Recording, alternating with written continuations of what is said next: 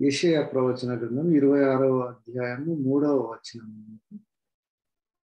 ఎవని మనస్సు నీ మీద ఆనుకొనును వానిని నీవు పూర్ణ శాంతి గలవానిగా కాపాడును. ఏలయనగా అతడు నీ యందు విశ్వాసం ఉంచి ఉన్నాడు. యూనివర్సల్ సాల్వేషన్ కు ఇది ఉన్నది.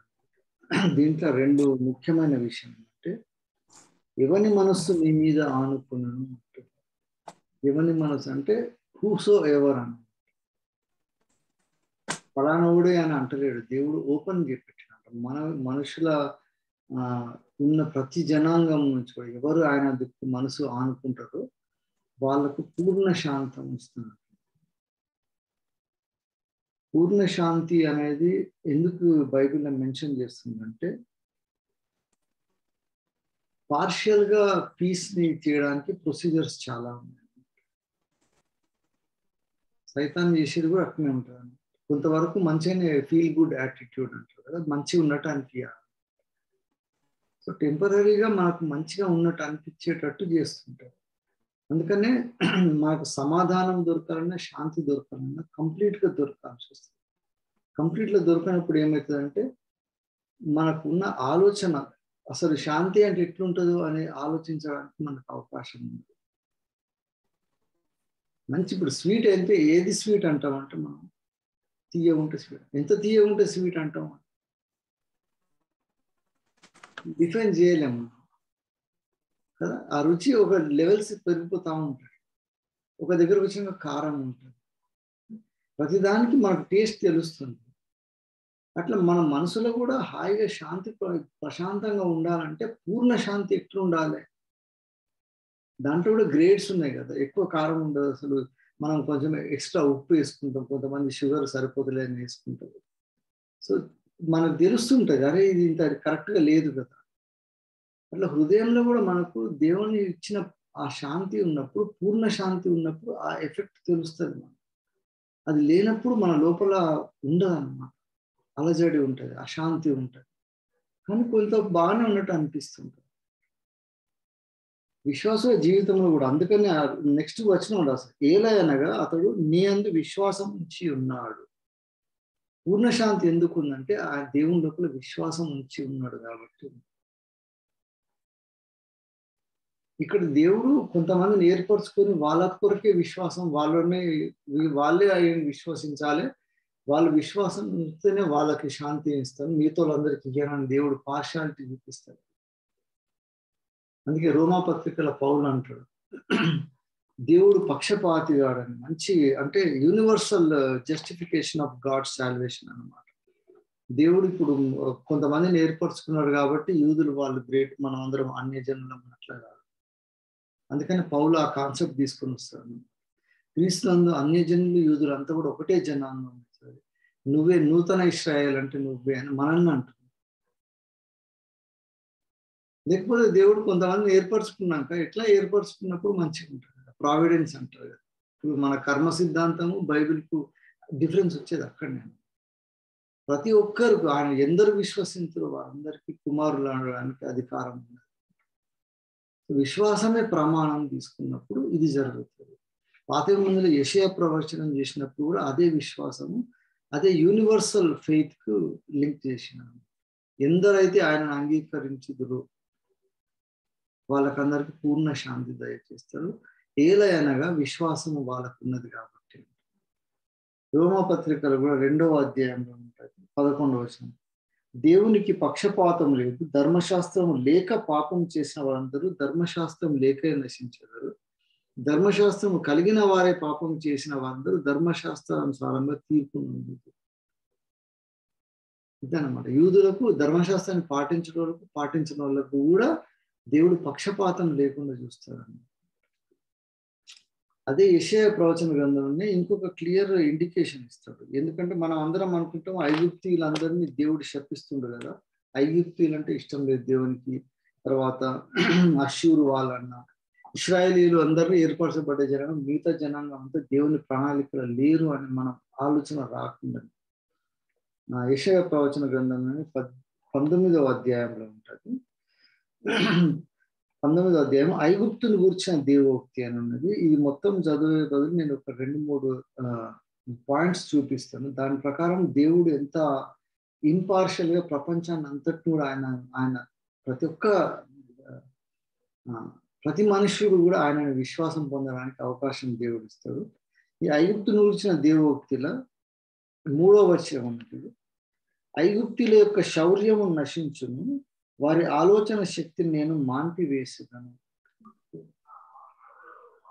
మళ్ళా ఐగుప్తు గురించి రాసిన దేవోక్తిన 14వ వచనంలో యెహోవా ఐగుప్తు మీద మూర్ఖత గల ఆత్మను కుమ్మరించి ఉన్నాడు. వాళ్ళ ఆలోచన శక్తిని మాన్పేస్తానంటున్నాడు దేవుడు. ఐగుప్తీయులకు మూర్ఖత గల ఆత్మను ఇస్తానంటున్నాడు. ఫరో హృదయాన్ని కఠినపరిచింది అంటాడు. ఎక్స్ట్రాడినరీ మిరకల్స్ చూపిస్తాడు వాళ్ళకి మోషే ద్వారా. ఆ 10 రకాల మిరకల్స్ చూపించినాక కూడా వాళ్ళ లోపల హృదయం కఠిన పడుతుంది, కానీ దేవుని పక్షాన నిజమే కదా వాళ్ళని పంపించచ్చు కదా అని. ఒకప్పుడు ఈ జనాంగమే కదా ఐగుప్తు కరువు ఉన్నప్పుడు యోసేపు కాలంలో మమ్మల్ని మంచిగా చేసింది, ఫ్లరిష్ చేసింది కదా అని ఉండదు ఆలోచన. ఇంకా కఠినమవుతుంది అన్నమాట. సో ఐగుప్తును చూసిన అప్పుడున్న దేవుని ఆలోచన ఎట్లుందంటే వాళ్ళ ఆలోచన శక్తిని స్టాప్ చేసేస్తారు. ఇప్పుడు మనం కూడా మనం జీవితంలో ఉన్నప్పుడు దేవుడు మన కొరకు యూనివర్సల్ గా మనకు దేవుడు ఇచ్చిన ఆలోచనలు, దేవుడు ఇచ్చిన మనసు, అవన్నీ కూడా దేవుడు కొన్నిసార్లు ఒక పద్ధతి వరకు తీసుకొస్తాడు. అప్పటికి దేవుని విధేయులం కాకుండా దేవుని మీద విశ్వాసం ఉంచుకుంటున్నప్పుడు ఇదే జరుగుతుంది అన్నమాట. ఆలోచన శక్తి మానుతుంది. They tend to stop thinking. అరే నేను తప్పు చేస్తున్నా, అదే మారు మనసుకు ఉంది ఆలోచన రాదు. అయితే మళ్ళీ అదే అధ్యాయంలో చివరికి వచ్చినాక దేవుడు చూడు వాళ్ళకు దేవుడు ఏమంటాడంటే 20వ వచనం ఉంటుంది యెషయా 19వ అధ్యాయంలో. అది ఐగుప్తు దేశంలో సైన్యంలోకి అధిపతి యెహోవాకు సూచనగాను సాక్ష్యంగాను ఉండను. బాధలను గూర్చి వారు యెహోవాకు మొరపెట్టగా ఆయన వారి నిమిత్తమై శూరుడైన ఒక రక్షకుని పంపను, అతడు వారిని విమోచించును అంట. ఐగుప్తును గురించిన దేవోక్తిలో రక్షకుడు కూడా ఉంటాడు వాళ్ళకు. ఎందుకంటే ప్రతి జనాంగంలో దేవుని చేత రక్షింపబడతాడు. అదే అధ్యాయంలో కొంచెం కిందికి వస్తే 22వ వచనం చూడండి. అప్పుడు ఏమవుతుందంటే యెహోవా వారిని కొట్టును, స్వస్థపరచవలనని ఐగుప్తీయులను కొట్టును. వారు యెహోవా వైపు తిరిగి ఆయన వారి ప్రార్థనను అంగీకరించి వారిని స్వస్థపరచును. తర్వాత యేసయ్య వాళ్ళని ఏమంటాడు దేవుడు, ఆ దినం ఐగుప్తు నుండి అష్షూరునకు రాజమార్గం ఏర్పరచును. అష్షూరీయులను ఐగుప్తీయులను అష్షూరుకును వచ్చుచూ పోవచ్చు ఉందరు.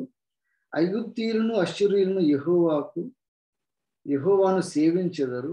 ఆ దినమున ఐగుప్తు అష్షూరులతోనూ ఇశ్రాయేలీయుల 3వ జనాంగమైన భూమి మీద ఆశీర్వాద కారణమవుతుంది. అష్షూరీయులు ఐగుప్తీయులు కాక 3వ జనాంగమైన ఏర్పరచబడిన ఇశ్రాయేలీయులు కలిసి ఆశీర్వాదానికి కారణములు అవుతారు.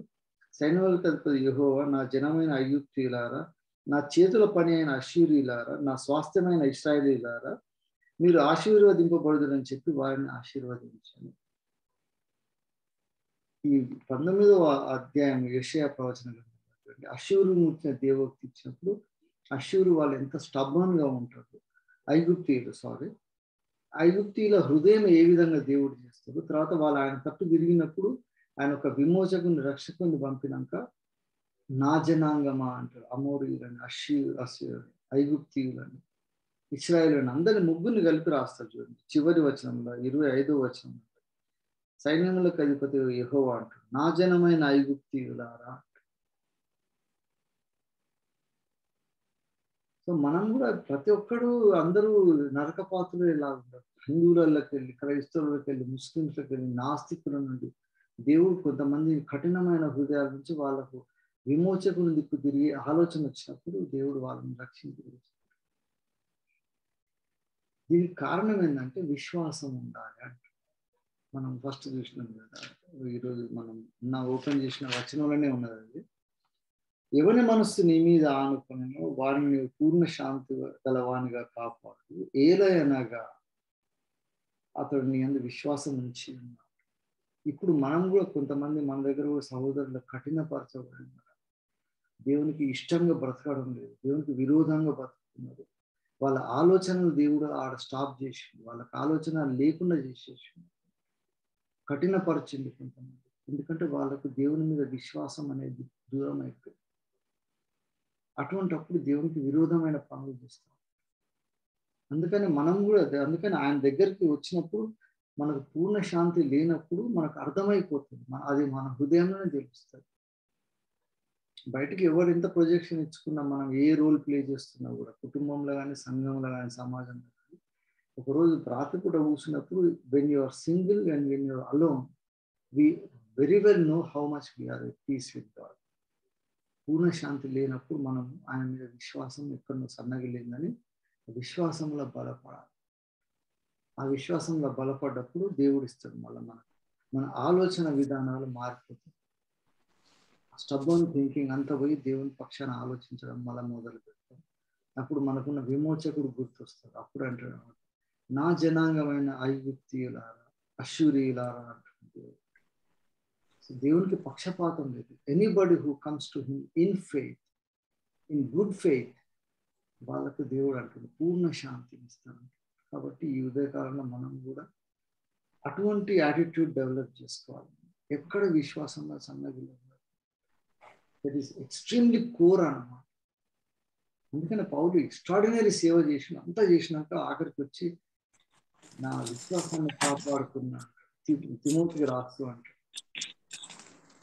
మంచి పోరాటం పోరాడుతుని ఇన్ని సంఘాలు కట్టినాను, ఇంతమందిని మంచి ఇవన్నీ ఏమన్నాడు, నా విశ్వాసాన్ని కాపాడుకున్నా నాకు జీవ కిరీటం. విశ్వాసం అనేది మనకు చాలా ముఖ్యం. కాబట్టి ఆ విశ్వాసం కాపాడుకునే దాంట్లో మనం మన మనస్సులు ఎంతవరకు ఇన్వాల్వ్ చేస్తున్నాం చూడాలి. అది దేవుడు మన లోపల మన మనస్సాక్షి చెప్పినప్పుడు దాని ప్రకారం ఫాలో కావాలి. We have to be in trust, in faith with Christ. అక్కడ కాంప్రమైజ్ అయినామంటే మన ఆలోచనలు మన అన్ని డిఫరెంట్. కాబట్టి let us come back to the fundamental faith in Christ. అప్పుడు మనకు పూర్ణ శాంతి దొరుకుతుంది. మనం చేసే పనుల ద్వారా కూడా దేవుని గుణ లక్షణాలు బయటపడతాయి. దేవుడిచ్చే శాంతి ఎట్లుంటుందో తెలుస్తుంది అనమాట. అటువంటి శాంతి కొరకే ప్రపంచం అంతా కూడా చూస్తున్నది. World will never have the peace that God only can give. కాబట్టి మనం ఎటువంటి శాంతి ఒప్పందాలు చేసుకున్నా, మనం కాంప్రమైజ్, మన కాన్ఫిడెన్స్ లెవెల్లో చూస్తారు కూడా రకరకాలుగా మాట్లాడుకుని అందరం ఒకటి కావాలంటే హృదయాలు ఒకటి కావాలంటే విశ్వాస ప్రమాణం దేనికి అందరు రావాలి సమానం. అట్లా రానప్పుడు తప్పకుండా వాళ్ళ ఆలోచనలు కొంతమంది కఠినంగా ఉంటాయి, కొంతమంది దేవునికి విరోధంగా పోతుంటాయి. We have to cling on to the same Christ. కాబట్టి ఆ విశ్వాసం అనే ఒక పవర్ఫుల్ టూల్ని మన దేవుడు ఇచ్చింది. కాబట్టి దానికి మనం సరిగా ఉన్నాం అది చూసుకొని ప్రతిదినం ఆ విశ్వాసం అనే దాన్ని మనం కాపాడుకుంటా దాన్ని సెన్సిటివ్గా పెంచుకోవాలి. దాన్ని చాలా సెన్సిటివ్. ఒక చిన్నపిల్లల్ని ఎటు చూసుకుంటారు తల్లి, పెద్దగానక కొంచెం పెద్దగా ఉంటే వాళ్ళని ఈజీ తీసుకోవచ్చు.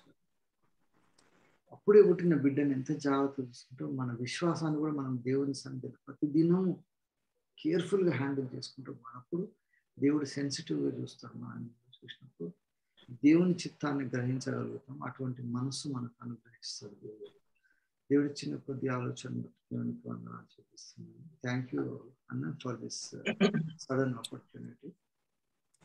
మంచిది బ్రదర్, మంచిది.